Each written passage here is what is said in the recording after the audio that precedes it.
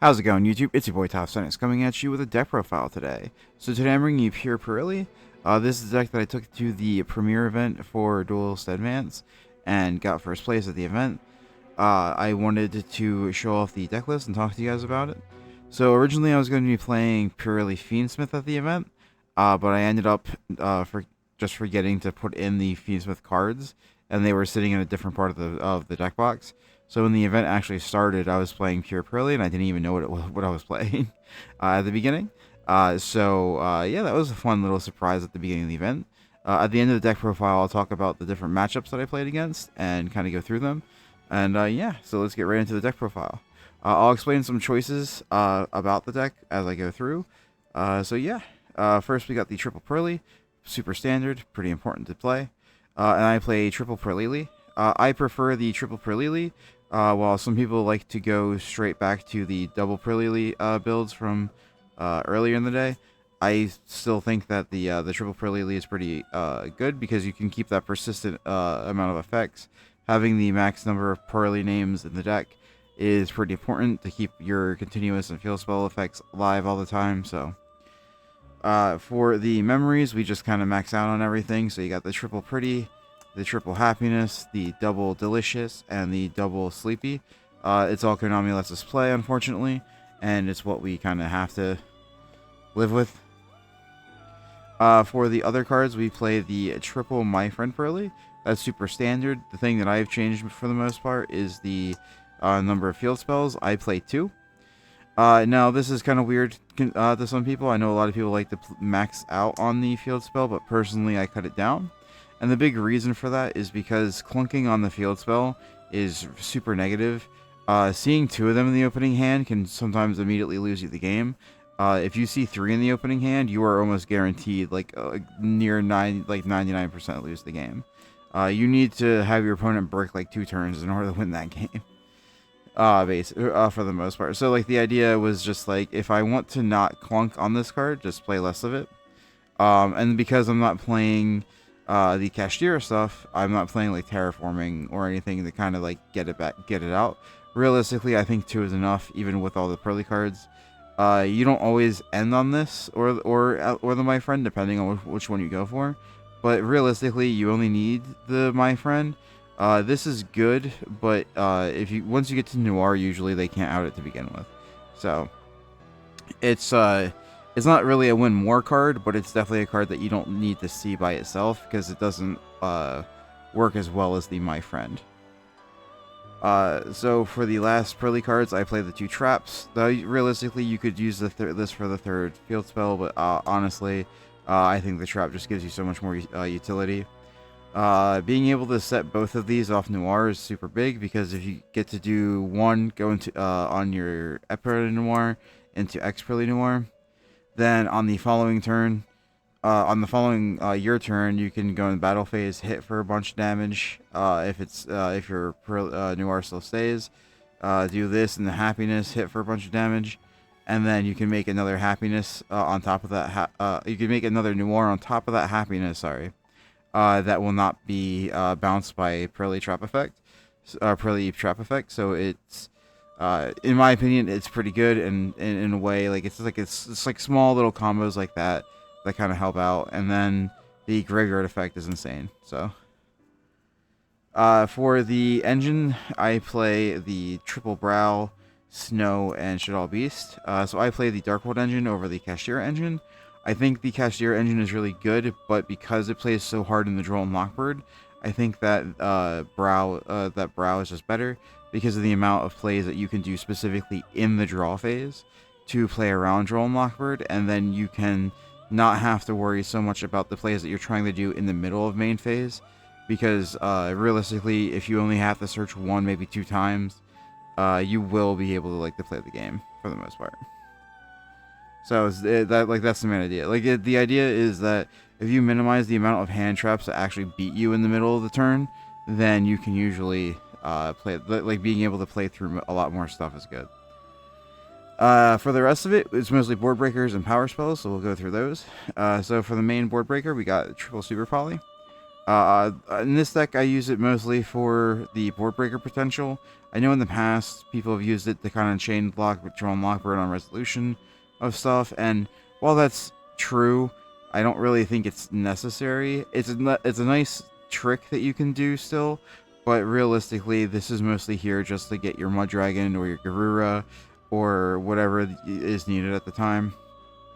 And it's just a good board breaker at the moment. While that's a neat trick, I think that the utility is just better for that. 2 Dark Roller, no more. You could max this out to 3. I think that'd be fine, but realistically, I only really needed 2, and I wasn't trying to play more than 41 cards that day. So, or when I was building this, I wasn't trying to play more than 41 cards, I should say. And in testing, it came up that it never really came up that I needed the 3rd one. This is another one of those cards that, like, if you see 3 of it in the opening hand, it really sucks. So, or could be just an instant game loss. So, playing the double, I think, in my opinion, was just better. Same thing, so the same idea as the field spell. For the other power spells, you have the Called By and the Crossout. You play this for Draw and Lockbird for them, almost entirely. 1 Monster Reborn.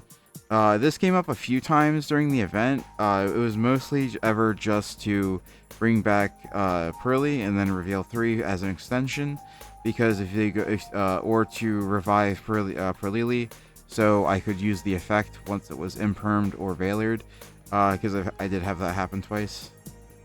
The last 2 power spells are Tactics and Harpy's Feather Duster. So Duster came up once during the event and only once during the event, and I never saw it again in the event. And then Tactics came up here and there. You could realistically also cut the Duster in the main and put it into the side. But personally, I think maining Duster in a format where you have like Mitsurugi Raizio that likes to put like 4 or 5 back row onto the down at turn 1 is pretty big. And the last 3 cards are Drone Lockbird, mostly for your crossout, also because you have to play it in the format. So just, you know, that's why we play. And then this should be 41. It might be 42. I'd have to count again, but it's been a minute since I've counted it. Let's go right into the extra deck first before we do side deck. So for the extra deck, we have 3 fusions for Super Poly. So we have the Mud Dragon, the Garura, and the Earth Golem at Ignister. So this one's mostly just for Malice, but there are other cards that are Cyberse Link monsters that you can use for it. IP is Cyberse and a Link monster. Dynamundo is Cyberse and a Link monster, as well as the new Ritual Link monster is a Cyberse Link monster as well. So you kind of have that level of intricacy into it. Meanwhile, these are more than enough usually, but this is just there for that, as well as just in Malice, it lets them not be able to OTK you. It's also an Alta Wicked, which is really big, and then like stuff like that in A code. So for the Purrely cards, we play the Double Noir. I see some people cut this down to 1, and I personally think that is incredibly wrong to do. But you know, to each their own. But I play 2. I play the 1 Purrely Noir. I think you only need 1 of this in the main. I only play 1 Beauty. Again, I think you only need to play 1 of this. For the other 2, I play 2 Plump. Plump is extremely good and is absolutely needed at 2, especially if you're playing into Nib. And then Double Happiness, because that is your OTK potential, and you don't want them to hit that if you're playing against like a unicorn or something. The last 16 monster is Sylvan Princess Sprite. This card comes up every once in a while. It's really nice. You mill the top card of your deck, and if it's a spell or trap, it gets added to your hand. And then if it's a monster, it goes to the graveyard. During the event, I hit Shadal Beast off this and got the draw into triple tactics, and it won me the game. Absolutely was. I felt great doing that, but absolutely love that card. The last 3 cards are Anima, SP Little Knight, and Condemned Dark Lord. So Condemned Dark Lord is really just a time card. It gives you 500 for every fairy during the end phase. SP Little Knight and Anima are just there to kind of link off your guys, but SP is just there for some nice removal, and as like a decent end board piece if you have the room. And then Anima is just good because not everybody respects the Anima zones, as well as being able to go normal summon Purrely. You use the effect, or Purrely, you use the effect if they hit you with Impermer Veiler, and then you can link one into Anima, and then Monster Reborn, bring back the monster, and then you can make SP and have that, and have your extension from that. That's pretty nice. Overall, it's I think not having Linkuriboh in the deck didn't really hurt you as badly. All it really did was hit your super poly targets in the long run. And then for the side deck, I play the triple Lancia. Lancia came in like once during the event, but overall was pretty good. Triple dimensional Visor. So Visor is one of those cards that is really nice against Droll and Lockbird, and then it's pretty good against specific decks that I got to play against in the event. So it performed pretty well during the event. Although I only got to see it twice, if I had saw it more often, realistically it would have been even better. Double Salesman. So Salesman was pretty strong during the event. Being able to have this going first every once in a while was okay. But I tend to only set this in going second, because you just call whatever they have on board, and it gives you the extra turn for it. So being able just to go Salesman, Razio Detonator was pretty good. And then, or like Salesman, Mitsurugi, or Ame no Murakama Mitsurugi, then they can't, or Murakumo, however you say it, and then they can't Raigeki your board with it anymore. And then Double Cyclone, pretty good. It never came in during the event because I never needed it. Oh no, it did come in round 1, but it didn't really pan out well. Double Master Restrict. I might bump this up to 3. Mitsurugi was kind of annoying during the event. I still ended up winning against them all the time, but it was just one of those things where, like, I ended up never seeing this during the event because the way the games went, we had really long game 1s. And then we would never have game 3s, so it was rough. It was rough, and then I never saw it. I played 2 Solemn Warnings. I think Warning's super good. I think Warning is probably the best one at the moment to play, because this is inherent. This hits effects to summon. This hits so much. Like this hits all types of summons for the most part, and all effects to summon. So being able to hit those, especially like Mitsurugi Ritual, or like all the graveyard effects for Mitsurugi and things like that, is super good in my opinion. And for 2000, I think it's okay. Strike is really good and potentially something that I would play instead of it.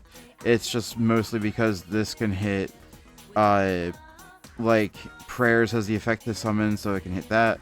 You can hit Ritual from this, so you don't have to worry about like effects on field or them trying the chain block things. You can just hit the summons. You can hit any of the Exceed summons, any like Ritual, Synchro summons. It stops everything, so that's the idea. And then the last card is Rivalry Warlords. It came up a few times, just never during the event, in like the main part of the event. It came up in testing a lot though. Being able to play this against something like Mitsurugi, Raziel, where if they put like the wrong type onto the board, or if they start with like a Thunder, then you can kind of lock them out of the game for the most part, and then just do your plays, and then you can even then use this for fodder later. So, and because you're playing pure with this build, everything you have is basically fairy, except for like your link monsters and super polys, but like that doesn't come up really. Usually by the time that you need those, your super polys are already dead anyway. At that point, when you have rivalry. So to get into my matchups, for round 1 was Orcust, Horus. And I'm not super versed in the new Orcust combos. While I know all the old cards, their new cards just kind of made it really weird. Like they have like a quick effect brain snatch steal on both players' turns, I think, because of the field spell. Overall, the first round was pretty rough for me. So game 1 I ended up losing because I had to read every card. Game 2 I activated D-Vision against them, and then game 3 I misplayed by not hitting the field spell, which made all their effects live in the graveyard again, and it just made the game a lot harder. That was the one game I studied Cosmic Cyclone for, and it's the only round I lost. Round 2, I played against Evil Twin Fiendsmith, hit them with Droll in game 1, and they misplayed by not summoning a Live Twin first, so they only ended on DDD, Wave King High Caesar. I Tactics stole the Caesar, and then we went to game 2. Game 2, they activated, they had to pass and they activated double Mulch Armies against me, and I just played into it, and they drew almost their entire deck, and then still couldn't play through the Purrely, so it ended up, they ended up just scooping at that point. Round 3, I played against Art Magia. Art Magia is a really cool archetype, and I really want to see more of it. It's like super cool archetype. Love the effects, love the idea of them all, but 2-0'd that. For round 4, I played against Pure Mitsurugi. Won game 1, but it was a really long grind fest. We went into game 2 with only 8 minutes left. They couldn't kill me within 8 minutes, and they didn't play Cowboy, so nothing came of it. And then round 5, I played against Mitsurugi Nouvelle, and that was really fun. I really liked that. The fact that they gave Nouvelle like a final attack orders that also makes me pay life points, not take burn damage, is really cool. And it also gets around Sleeping Memory.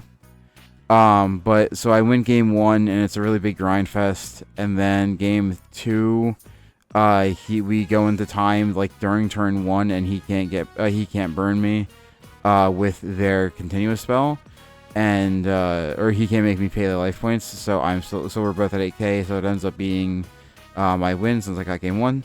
And then in Top Cut, I played my first opponent we didn't play. He was on Razio Fiendsmith, but he ended up having to leave like right as we were beginning the match. So we just ended up not playing, and I got the win. After that, I played against another Pure Mitsurugi. That was a 2-0. My hands were busted. Game 1 I made towers after he bricked, and we just went into game 2. And then game 2, he made full combo, but then I had Sales Ban, and I resolved Purrely Noir, or Purrely Happiness, and just attacked into, I think it was Lamia, was the name of the monster, repeatedly for game. And then the finals was Malice Ignister, and that was a fun match. I didn't see my Lancias at all, but we ended up going, if not in the time, but we played out the whole thing. So game 1 was really good. I just a lot of back and forth. Him trying to get over the Noir. Game 2, he ended up decking out. Because I just made my Noir too big, and he was trying to get to ways to out it, and I kept putting his access code talker back. And then yeah, like that was pretty much it. There wasn't too much else about the event that was great. So I did end up getting a box, and I did pull a Holly Sue and a Gold Leo and a couple of the the automatic cards. Yeah, and I ended up just moving those. So, overall, I think the premiere event was fun. Normally the sneak peek / premiere events, like the newer versions, I'm not a huge fan of, but the local card shop that I've been playing at recently has been super cool about it, and really welcoming. So, I think getting back into them is super cool. Anyway, guys, I hope you enjoyed the video. If you want to support the channel, feel free to go to Gemtech. You can use Teddy Furry 10. Saves you 10% off on your purchase. If you go to Dueling Guard, it saves you 5% off using my code Toph at checkout. And then if you want to come talk to me, you want to call my deck bad, you want to give me suggestions, anything like that, feel free to come over to the Discord over here. The invite is in the description below. You just got to accept the rules when you first join the server, and then you're in. So yeah, feel free to come in, join the discussion. Sometimes we do remote duels there. Sometimes I'm just there hanging out with the bros. Yeah, I hope to see you all there. Hope to see you guys in the future. And may God bless you all. Peace.